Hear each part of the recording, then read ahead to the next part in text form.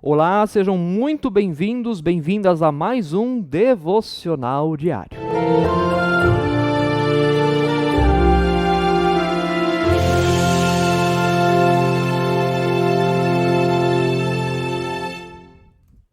Como é bom ter a sua companhia todos os dias aqui no canal do YouTube da Paróquia Fera Brasa. Aproveite para se inscrever no canal e receber notificações de novos vídeos. Deixe também o seu like e, se quiser, o seu comentário sobre o devocional do dia de hoje. O versículo do Antigo Testamento, conforme as senhas diárias para hoje, é lá de Isaías 6:8 que nos diz: Ouvi o Senhor dizer: Quem é que eu vou enviar? Quem será o nosso mensageiro? Então respondi: Aqui estou eu, envia-me a mim. Repito, ouvi o Senhor dizer: Quem é que eu vou enviar? Quem será o nosso mensageiro? Então respondi: Aqui estou eu, envia-me a mim.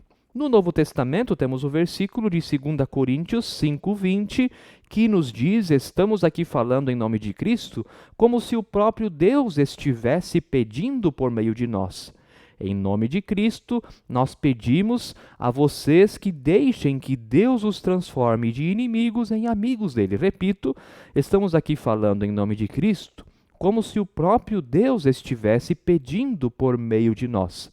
Em nome de Cristo, nós pedimos a vocês que deixem que Deus os transforme de inimigos em amigos dele.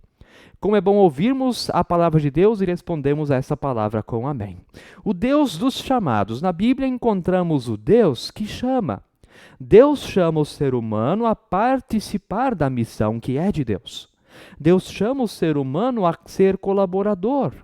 Deus chama o ser humano a participar. O Deus que cremos, ele é pessoal, é amigo ao ponto de nos convidar para participarmos da sua obra neste mundo. Isaías viveu lá no século 8 a.C.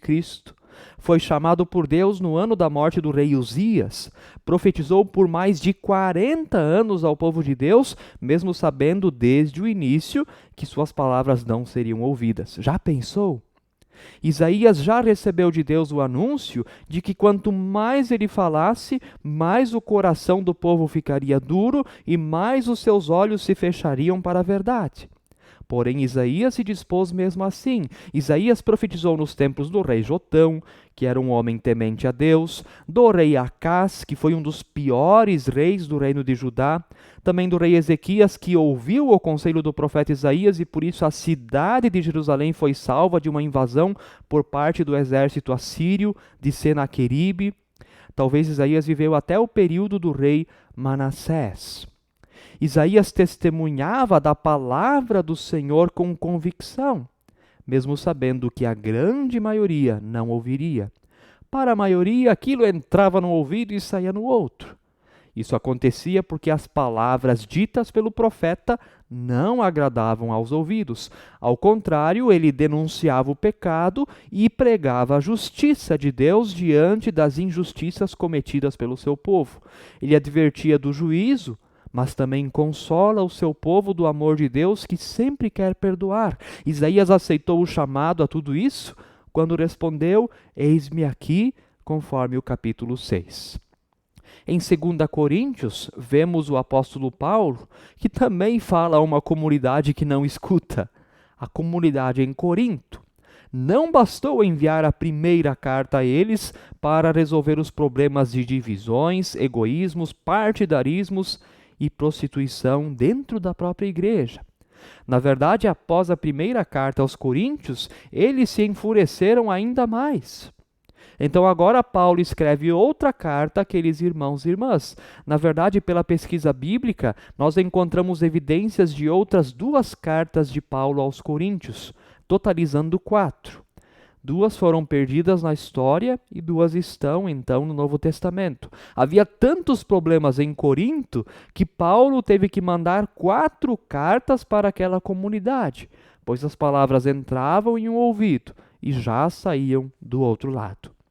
O versículo que ouvimos do Novo Testamento está no contexto do ministério da reconciliação. Havia muitas barreiras entre a comunidade de Corinto e o apóstolo Paulo. Porém, apenas a palavra da reconciliação pode curar as feridas. É por isso que Paulo pede aos irmãos que deixem de ser inimigos de Deus para se tornarem amigos dele. Isso deu resultado. Logo após o apóstolo Paulo fazer a sua última visita a Corinto, lá ele escreveu a sua carta aos Romanos, ainda lá, que é uma das mais complexas do Novo Testamento. Se Paulo conseguiu escrever uma carta tão profunda como essa aos Romanos, estando hospedado em Corinto, quer dizer que estava em paz naquela cidade. As coisas se resolveram. O chamado de Deus não está restrito, porém, apenas à Bíblia. Deus continua chamando. E não se trata apenas de um chamado para o ministério em tempo integral, como pastor, pastora, diácono, diácona, missionário, missionária ou catequista. Na verdade, todo cristão e toda cristã é chamada a um compromisso verdadeiro com o Senhor e ao testemunho em palavras e ações. O mundo não lê a Bíblia. Por isso, nós somos a Bíblia que o mundo lê. Será que as pessoas enxergam Deus em nossas vidas? O que as outras pessoas veem quando olham para a nossa vida? Muitas vezes iremos testemunhar da palavra com afinco, mas ela vai entrar em um ouvido e sair no outro, muitas vezes.